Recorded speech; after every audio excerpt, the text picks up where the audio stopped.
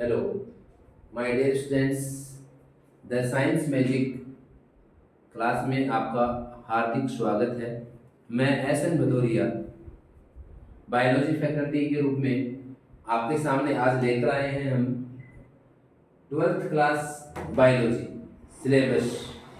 सबसे पहले तो मैं आपको बता दूं कि हम लोग आरबीएससी तथा सीबीएसई से रिलेटेड जो भी बायोलॉजिकल जो प्रॉब्लम्स होंगे, क्वेश्चंस होंगे, उनको सॉल्व करेंगे। साथ ही हम सिलेबस को डीप एंड वाइड ले जा करके आपके सामने प्रस्तुत करेंगे। सबसे पहले आज सिलेबस के बारे में चर्चा करते हैं। उससे पहले द साइंस मैजिक को आप सब्सक्राइब करें, लाइक करें, शेयर करें और कमेंट करें। जो भी आपको मतलब अच्छा लगता है, कैसा लगता है, उसके बारे में हमें बताएं। सबसे पहले देखो, सिलेबस की बात करें तो आपके 12th बायोलॉजी के अंदर कंप्लीट जो चैप्टर्स हैं वो 16 हैं और 16 चैप्टर्स में some chapters are belongs to botany and some chapters are belongs to zoology and some chapters are mix, यानी बॉटनी और जूलॉजी दोनों ही हैं उसमें, ठीक है। लेकिन अधिकांश सेक्टर में यहाँ डिवाइडेशन भी मिलेगा आपको। जैसे हम बात करें कि जीवों में जनन वाला चैप्टर, जो फर्स्ट चैप्टर है रिप्रोडक्शन इन ऑर्गेनिज्म, जीवों में जनन, इस फर्स्ट चैप्टर के अंदर सामान्यतः हम पादपों में और जंतुओं में पाए जाने वाले लैंगिक जनन, सेक्सुअल रिप्रोडक्शन, अलैंगिक जनन, एसेक्सुअल रिप्रोडक्शन, और साथ ही हम बात करेंगे इसमें कायिक जनन। हालांकि कायिक जनन को अलैंगिक जनन का ही एक प्रकार माना गया है, वेजिटेटिव रिप्रोडक्शन या वेजिटेटिव प्रोपेगेशन, कायिक प्रवर्धन भी बोलते हैं इसको। तो फर्स्ट चैप्टर जो अपना रहेगा बायो के अंदर 12th क्लास में, रिप्रोडक्शन इन ऑर्गेनिजम्स, जीवों में जनन, इस चैप्टर में हम मेन जो बात करेंगे वो जनन के टाइप्स हैं, सेक्सुअल एंड एसेक्सुअल रिप्रोडक्शन, उनकी ही चर्चा करेंगे। साथ में हम यहाँ फर्टिलाइजेशन से रिलेटेड जो भी प्रोसेस हैं, प्री फर्टिलाइजेशन इवेंट्स होते हैं, पोस्ट फर्टिलाइजेशन इवेंट्स हैं, ओविपेरस या फिर जो विविपेरस है, ओवोविविपेरस एनिमल्स कौन कौन से हैं, यानी अंडज प्राणी, जरायुज प्राणी और अर्धजरायुज प्राणी, उन सब के बारे में भी चर्चा करेंगे इस चैप्टर में। साथ ही हम जो प्राइमेट्स तथा नॉन प्राइमेट्स, जो मैमल्स फीमेल होती हैं, उनके अंदर जो मेंस्ट्रुअल साइकिल है, रज चक्र, और एस्ट्रस साइकिल जो मध्य चक्र, उनकी भी चर्चा करते हैं इस चैप्टर के अंदर। नेक्स्ट अपना जो सेकंड चैप्टर होता है वो है पुष्पी पादपों में लैंगिक जनन, और पुष्पी पादपों में लैंगिक जनन means sexual reproduction in flowering plants. Pushpi पादपों में लैंगिक जनन के अंदर हम मेनली यहाँ बात करेंगे एंजियोस्पर्म प्लांट्स की, यानी इसके अंदर हम मेनली बात करेंगे बेटा एंजियोस्पर्म प्लांट्स की बात करेंगे, एंजियोस्पर्म प्लांट्स की। और एंजियोस्पर्म प्लांट्स के अंदर यहाँ सेक्सुअल रिप्रोडक्शन की चर्चा हो रही है, तो मेल गैमेटोफाइट, फीमेल गैमेटोफाइट, ठीक है, लाइक एज मेल गैमेटोफाइट, जैसे हम बात करें भाई परागपुष, ठीक है, एंथर, फीमेल गैमेटोफाइट, जैसे हम बात करें लाइक एज ओव्यूल या बीजांड, उसके अंदर जो एम्ब्रियो से एक स्ट्रक्चर होती है ग्लूकोस, ठीक है। साथ ही हम इसमें डबल फर्टिलाइजेशन, दोहरा निषेचन क्या है, किसने दिया था, आवश्यक क्यों है एंजियोस्पर्म प्लांट्स के अंदर, उसकी चर्चा करेंगे। एम्ब्रियो एंडोस्पर्म से जो टाइप्स हैं उनकी चर्चा करेंगे, और साथ ही जो लैंगिक जनन से रिलेटेड या इसके जो डेविएशंस हैं, जो विचलन हम देखेंगे इसमें, एपोमिक्सिस हो गया, ठीक है, और साथ में जो फ्रूट्स हैं उनके टाइप्स, उनकी चर्चा करेंगे। नेक्स्ट नंबर 3, चैप्टर नंबर 3 है रिप्रोडक्शन इन ह्यूमन, मानव में जनन। मानव में जनन वाले चैप्टर के अंदर है मेनली मनुष्य से संबंधित, human related, male reproductive system, नर जनन तंत्र और फीमेल रिप्रोडक्टिव सिस्टम मादा जनन तंत्र का ही इसमें अध्ययन करेंगे। यानी जो मेल रिप्रोडक्टिव ऑर्गन्स हैं like testis, epididymis, vasa deferens, seminal vesicle and जो रिप्रोडक्टिव ग्लैंड्स हैं prostate gland, seminal vesicle gland, ठीक है, काउपर्स ग्लैंड, पेनिस, ठीक है, इन सब के बारे में बात करेंगे। ऐसे फीमेल रिप्रोडक्टिव सिस्टम के अंतर्गत हम बात करेंगे ओवेरीज, ओविडक्ट, यूट्रस, ठीक है, एंड एक्सटर्नल जो जेनिटल्स हैं, ठीक है, वेजाइना है, वुल्वा है, उन सब के। इनके बाद में हम इसमें गेमेटोजेनेसिस भी बात करते हैं। गेमेटोजेनेसिस युग्मक जनन, और युग्मक जनन के अंतर्गत जैसे मेल गैमीट के अंदर स्पर्म है, फीमेल गैमीट के अंदर ओवम है, एग सेल, जिसकी उसके बारे में बात करें कैसे बनते हैं वो, ठीक है, प्रारंभिक अवस्थाएं कहां से स्टार्ट होती हैं। फिर उसमें फर्टिलाइजेशन प्रोसेस है, after fertilisation the embryonic development, ठीक है, मतलब किस प्रकार का एम्ब्रियोनिक डेवलपमेंट होता है, कितना टाइम लगता है, उन सब के बाद में इसमें पार्टिशन, प्रसव एक प्रोसेस है, बच्चे का जन्म कैसे होता है उसकी चर्चा करेंगे। और साथ में हम बात करेंगे इसमें कि लैक्टेशन, दुग्ध स्राव कैसे है, ठीक है, वो कौन कौन से हार्मोन से कंट्रोल्ड है।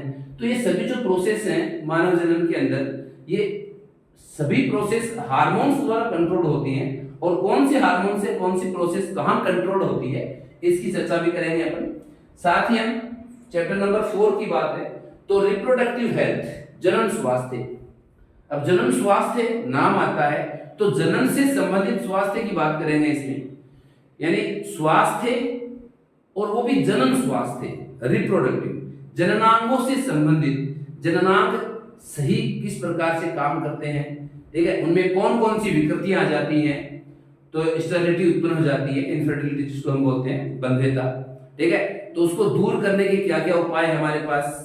इसके अलावा जो मतलब प्रेगनेंसी को रोकने के कौन कौन से उपाय होते हैं, ठीक है, जिसमें हम कुछ स्थायी जो बंध्यता के उपाय उनकी चर्चा करेंगे, अस्थायी बंध्यता के उपाय उनकी भी चर्चा करेंगे। इसके अंदर कोपर्टी से संबंधित जो भी मतलब क्वेश्चन आता है जनन स्वास्थ्य या रिप्रोडक्टिव हेल्थ के अंदर, ठीक है, या आईयूडीज जिनकी हम चर्चा करते हैं, एमटीपी, ठीक है, मेडिकल टर्मिनेशन ऑफ प्रेगनेंसी, इसके अलावा एसटीडी, सेक्सुअली ट्रांसमिटेड डिजीज, उनकी भी चर्चा करेंगे इसमें।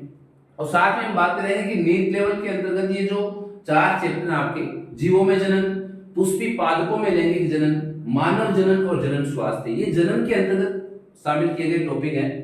और इन टॉपिक्स में नीट लेवल के कौन कौन से क्वेश्चन आपको मिलेंगे, ठीक है, एमसीक्यू टाइप के होंगे, ठीक है, ये उनको मिलान करने वाले हैं, सुमेलित करने वाले हैं, या कथन और कारण वाले हैं, ठीक है, तो वो सभी क्वेश्चन आपको इन जनन से संबंधित जो यूनिट है इसके अंदर मिलेंगे आपको। फिर है चैप्टर नंबर 5, वंशागति तथा विविधता के सिद्धांत, principles of inheritance and variations. Principles of inheritance and variations, Mendel का नाम आपने सुना होगा, उसको आनुवंशिकी का जनक कहते हैं। और इस चैप्टर में लगभग जो बातें होंगी वो मेंडलिज्म से रिलेटेड होंगी, मेंडलवाद से रिलेटेड होंगी। हालांकि कुछ मेंडलिज्म के डेविएशंस भी हैं जिनको नॉन मेंडलिज्म के नाम से जानते हैं, अमेंडलवाद के नाम से जानते हैं, ठीक है, यानी मेंडल के जो नियम थे, मेंडल ने नियम कब प्रस्तुत किए, कौन कौन से नियम कौन कौन से क्रॉस पर बेस है, और साथ ही उसके डेविएशंस है, कंप्लीट इनकम्प्लीट डोमिनेंस है, इसके अलावा कोडोमिनेंस है, ठीक है, इसके अलावा लिंकेज रिकॉम्बिनेशन है, ठीक है, थ्योरी ऑफ क्रोमोसोमल थ्योरी है, ठीक, गुणसूत्रीय सिद्धांत है, उनकी चर्चा करेंगे। और साथ में यहाँ जो सिंड्रोम्स आते हैं, ठीक है, उनकी भी चर्चा करेंगे वंशागति तथा विविधता के सिद्धांत में। यानी मेंडल से संबंधित जितने भी जो रूल्स बनाए गए हैं, नियम बनाए गए हैं वो, और उसके अलावा नॉन मेंडलिज्म से संबंधित जो बातें हैं वो इस चैप्टर में करते हैं। फिर आता है इसमें वंशागति तथा आणविक आधार, chapter number 6, molecular basis of inheritance. वंशागति के आणविक आधार, वंशागति का आणविक आधार, यानी वंशागति का आणविक आधार क्या है। वंशागति तो चलो, इनहेरिटेंस तो बता देंगे हम, ठीक है, कि भाई जनक से संतति में लक्षणों का आना, ठीक है, तो वंशागति का आणविक आधार क्या है, मतलब किस आधार, बेस क्या है इनका, तो डीएनए तथा आरएनए की हम इसमें चर्चा करेंगे। साथ ही सेंट्रल डोगमा जो थ्योरी है उस थ्योरी पर ये चैप्टर कंप्लीटली बेस्ड है, जिसमें हम बात करेंगे transcription, translation. Transcription it means DNA बनाता है mRNA, translation it means mRNA से प्रोटीन सिंथेसिस किस प्रकार से होता है, तो उसकी चर्चा भी करेंगे वंशागति के आणविक आधार वाले चैप्टर के अंदर। साथ ही इसमें एचजीपी ह्यूमन जीनोम प्रोजेक्ट है, ठीक है। इसके अलावा इसमें डीएनए फिंगरप्रिंटिंग वाला जो पार्ट है वो, ठीक है, यानी वंशागति से संबंधित जो भी, या जो हम कहें डीएनए फिंगरप्रिंटिंग, ये भी वंशागति बेस्ड टॉपिक है, तो इसकी भी चर्चा करेंगे। साथ ही आता है चैप्टर नंबर 7 आपका विकास, जैव विकास, इवोल्यूशन या बायो इवोल्यूशन। अब जैव विकास मनुष्य का या अन्य जीव जातियों का इस पृथ्वी पर विकास कैसे हुआ, ठीक है। अब कोई कैसे बता दे कि कैसे बने थे, सबकी अलग अलग धारणाएं हैं, सब धर्म ग्रंथों की बात कर लें, परंतु यहां अगर हम बायोलॉजिकल अगर फैक्ट देखें तो उनका विकास कैसे हुआ, पृथ्वी का विकास कैसे हुआ, ब्रह्मांड कैसे बना है, और उस पृथ्वी ब्रह्मांड से पृथ्वी बनने के बाद में उस पृथ्वी पर नई नई जीव जातियां कैसे बनी, अलग अलग वैज्ञानिकों ने अलग अलग सिद्धांत दिए हैं। डार्विन का सिद्धांत था, ठीक है, प्राकृतिक वर्ण का सिद्धांत, लेमार्क का था उपार्जित लक्षणों की वंशागति का सिद्धांत, उत्परिवर्तनवाद दिया गया, और साथ ही इसमें जो अपसारी अभिसारी जैव विकास हैं, ठीक है। इसके अलावा मनुष्य का विकास कौन से महाद्वीप से स्टार्ट हुआ, ठीक है, मनुष्य वानर में क्या अंतर है, या फिर कपि और वानर में क्या अंतर है, ठीक है। इसके अलावा मतलब जैव विकास से संबंधित हम नई नई जीव जातियों का विकास पृथ्वी पर कैसे हुआ, उन सब के बारे में इस चैप्टर के अंदर डिस्कस करेंगे। फिर आता है चैप्टर नंबर 8 मानव स्वास्थ्य एवं रोग, ह्यूमन हेल्थ एंड डिजीज। ये चैप्टर एक ऐसा चैप्टर है जो चाहे नीट यूजी की तैयारी करने वाले हो, चाहे अदर किसी आरयूएचएस बीएससी नर्सिंग की तैयारी करने वाले हो, या फिर फार्मेसी से संबंधित है, या फिर हम बात करें कि लैब असिस्टेंट है, यानी जितने भी कंपटीशन एग्जाम्स हैं, ठीक है, उनमें एक तरह से ये जो चैप्टर है ह्यूमन हेल्थ एंड डिजीज, ये थोड़ा अपना रोल ज्यादा निभाता है। इसमें जब बच्चा पढ़ता है, स्टूडेंट जब इसको पढ़ता है, ठीक है, या यूं कहें जब हम डिस्कस करते हैं, तो बच्चे को ऐसे फील होता है कि मैं एक डॉक्टर की तरह का बात कर रहा हूँ, और एक मतलब बच्चा खुद में एक डॉक्टर बन जाता है इस तरह से, ठीक है। इसमें मानव स्वास्थ्य यानी मनुष्य का स्वास्थ्य कौन कौन से कारकों से प्रभावित होता है, कहां कहां डिसऑर्डर उत्पन्न होंगे, ठीक है, infectious disease, non infectious disease, इसके अलावा जेनेटिक डिजीज, उनके बारे में बात करेंगे, और साथ ही जो बैक्टीरियल डिजीज हैं, वायरल डिजीज हैं, हेलमिंथ डिजीज हैं, ठीक है, या फंगल डिजीज हैं, या प्रोटोजोअल डिजीज हैं, ठीक है, उन सब डिजीज के बारे में हम इस चैप्टर के अंदर अध्ययन करेंगे। और साथ ही इम्यूनिटी, प्रतिरक्षा, यानी हमारे शरीर की रोगों से लड़ने की क्षमता क्या है, ठीक है, एक्टिव इम्यूनिटी क्या होती है, पैसिव इम्यूनिटी क्या होती है, ठीक है, वैक्सीनेशन क्या होता है, लिम्फोसाइट्स क्या होते हैं, लिम्फेटिक सिस्टम क्या है। तो इम्यून सिस्टम के साथ साथ हम लिम्फेटिक सिस्टम और साथ ही इसमें कुछ ड्रग्स से संबंधित बातें करेंगे हम, यानी इस चैप्टर के अंदर हम डिजीज, ऑल टाइप्स डिजीज को डिस्कस करेंगे। इसके अलावा इसमें इम्यूनिटी, लिम्फेटिक सिस्टम, उनको भी हम डिस्कस करेंगे, और ड्रग्स के बारे में डिस्कस करेंगे। ये चैप्टर 8 के अंदर हो गया। फिर आगे चले हम चैप्टर नंबर 9। चैप्टर नंबर 9 है खाद्य उत्पादन में वृद्धि की कार्यनीति, strategies for enhancement in food production. Strategies for enhancement in food production के अंतर्गत अगर बात करें इसमें खाद्य उत्पादन में वृद्धि कार्यनीति, तो यहां हम जैसे हम बात करें पशुपालन, ठीक है, साथ ही हम यानी प्लांट ब्रीडिंग पादप प्रजनन और एनिमल ब्रीडिंग पशु प्रजनन, इन दोनों को ही मिक्सअप करके, यानी बॉटनी जूलॉजी का ये जो चैप्टर है ये दोनों का मिक्सअप है। और इसके अंदर हम सामान्यतः ऐसे पादपों का, ऐसे जंतुओं का निर्माण करेंगे या उनका विकास करने के बारे में डिस्कस करेंगे कि जो मनुष्य के आर्थिक महत्व के हो, मनुष्य के आर्थिक महत्व हो। इसमें एक 12वीं क्लास से मतलब बोर्ड एग्जाम से रिलेटेड एक विशेष बिंदु भी आता है, MOET, multiple ovulation embryo transfer, उसके बारे में विशेष चर्चा करेंगे साथ में, ठीक है। फिर आता है इसमें मानव कल्याण में सूक्ष्म जीव, चैप्टर नंबर 10 मानव कल्याण में सूक्ष्म जीव, माइक्रोब्स इन ह्यूमन वेलफेयर। यानी अधिकतर हम ये मानते हैं, अब तक ये माना गया था कि जो सूक्ष्म जीव होते हैं, माइक्रोब्स जो होते हैं, वो सामान्यतः हार्मफुल होते हैं। ठीक है, चाहे ह्यूमन बीइंग के लिए चाहे किसी प्रकार के माइक्रोब्स की चर्चा की गई थी। लेकिन जैसे जैसे रिसर्च आगे बढ़े तब पता चला कि मतलब बहुत सारे माइक्रोब्स ऐसे हैं, सूक्ष्म जीव ऐसे हैं जो ह्यूमन वेलफेयर के लिए यूजफुल है। और मानव कल्याण में जो भी सूक्ष्म जीव है, चाहे वो दूध से दही बनाने वाला हो, चाहे वो पेनिसिलियम नोटेटम से पेनिसिलिन एंटीबायोटिक औषधि है, मेडिसिन बनाने वाला हो, ठीक है, बायोगैस प्लांट है, ठीक है, सीवेज ट्रीटमेंट है, यानी सूक्ष्म जीव जो मानव कल्याण में आर्थिक महत्व रखते हैं, उन सभी जो माइक्रोब्स है, ह्यूमन वेलफेयर से रिलेटेड जो माइक्रोब्स हैं, उन सब का हम डिस्कस इस चैप्टर में करेंगे। अच्छा चैप्टर है माइक्रोब से रिलेटेड। फिर ये दो चैप्टर आते हैं, बायोटेक्नोलॉजी, प्रिंसिपल्स एंड प्रोसेस और applications of biotechnology. In chapters के अंदर हम बायोटेक से रिलेटेड मेनली यहां हम बात दो बायोटेक्नोलॉजी, प्रिंसिपल्स एंड प्रोसेस। इसमें बायोटेक के अंदर जो भी अपरेटस हैं, इंस्ट्रूमेंट्स हैं, ठीक है, एंजाइम्स हैं या अन्य जो भी, जैसे हम बात करेंगे पीसीआर की बात भी करेंगे इसमें, ठीक है, जेल इलेक्ट्रोफोरेसिस की बात भी करेंगे। तो ये सब जो बातें हैं इस चैप्टर नंबर 11 के अंदर बायोटेक्नोलॉजी, प्रिंसिपल्स एंड प्रोसेस, इसके अंदर फिर आता है एप्लीकेशंस ऑफ बायोटेक्नोलॉजी। बायोटेक्नोलॉजी के जो अनुप्रयोग है वो क्या है फिर? तो बायोटेक्नोलॉजी के अनुप्रयोग, जैसे हम मानव कल्याण में सूक्ष्म जीव की बात कर रहे थे, ठीक है, तो यहाँ वहां तो हमने बात की भाई एंटीबायोटिक मेडिसिन बनाए जाते हैं सूक्ष्म जीव द्वारा, अब उनको ज्यादा मात्रा में कैसे बनाएं, ठीक है, तो वो बायोटेक का उपयोग करके ही हम उनकी मात्रा बढ़ा सकते हैं।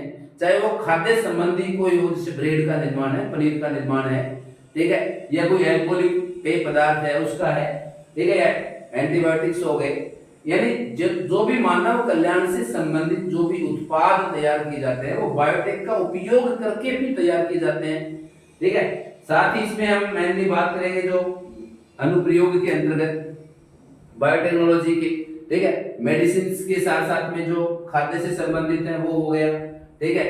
इसके अलावा अगला जो चैप्टर है जीव और समष्टियां, ऑर्गेनिजम्स एंड पॉपुलेशंस, ठीक है, जीव और समष्टि की बात करें तो इस चैप्टर में मेनली हम बात करेंगे जीव क्या है, ठीक है, और समष्टि क्या है। देखो अगर हम बात करें इसको, ठीक है, तो जीव संख्या में एक होता है, समष्टि पॉपुलेशन संख्या में क्या होती है, ज्यादा होती है, यानी एक जीव जातियों का समूह क्या होता है, पॉपुलेशन होता है, ठीक है, समष्टि होती है।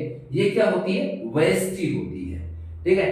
तो इसमें समष्टि और व्यष्टि दोनों की चर्चा करेंगे। साथ ही इसमें जो समष्टि को प्रभावित करने वाले कारक हैं, लाइक बर्थ रेट है, डेथ रेट है या मोर्टेलिटी रेट जिसको हम बोलते हैं, ठीक है, माइग्रेशन है, चाहे वो ई माइग्रेशन हो चाहे इम माइग्रेशन हो, उनकी चर्चा करेंगे। साथ ही हम एज डिस्ट्रीब्यूशन की चर्चा करेंगे, इसमें एज पिरामिड्स के बारे में बात करेंगे।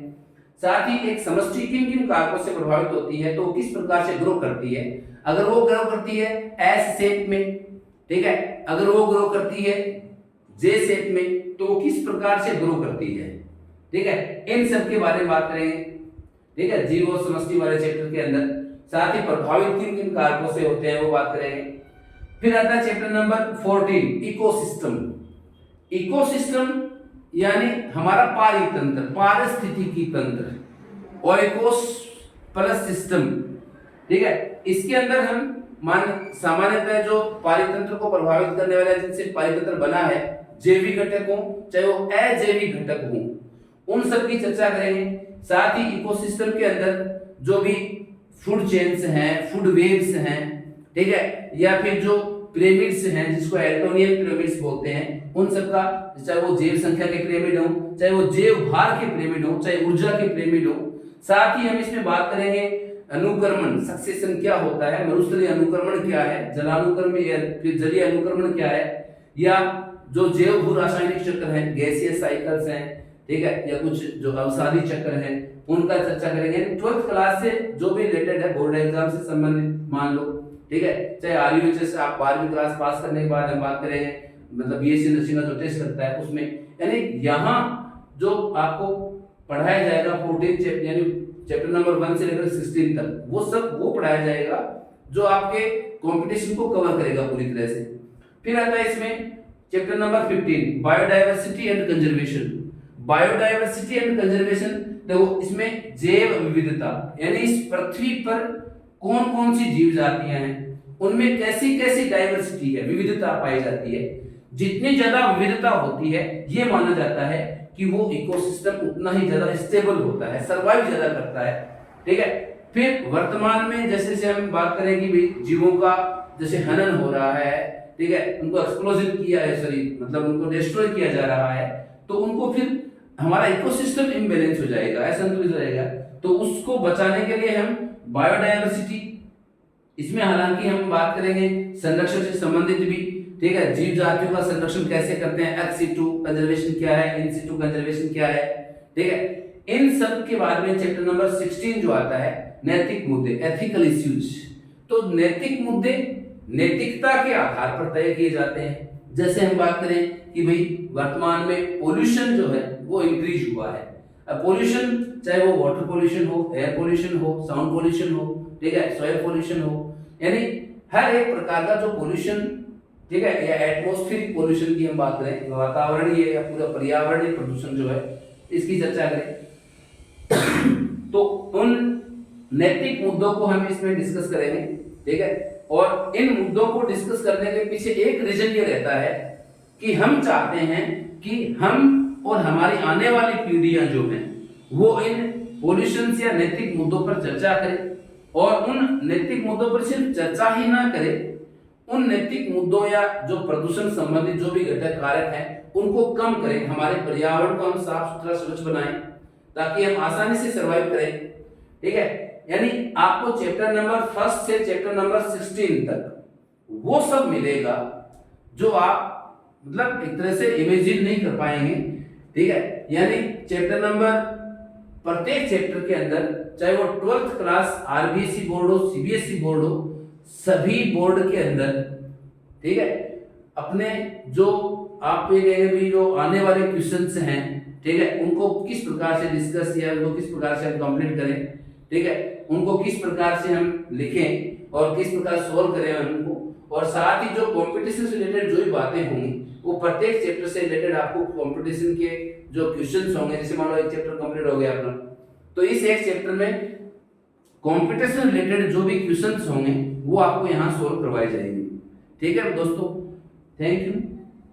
अगली बार हम अगले वीडियो में चैप्टर नंबर 1 जीवों में जनन ये लेकर आएंगे, और उसमें हम आपसे बात करेंगे कि जीवों में किस प्रकार से जनन होता है, ठीक है, और कौन कौन सा जनन है, कौन कौन से जीव के अंदर विशेषता, कौन सा जनन पाया जाता है, तो ये सब चर्चा करेंगे अपन इसमें।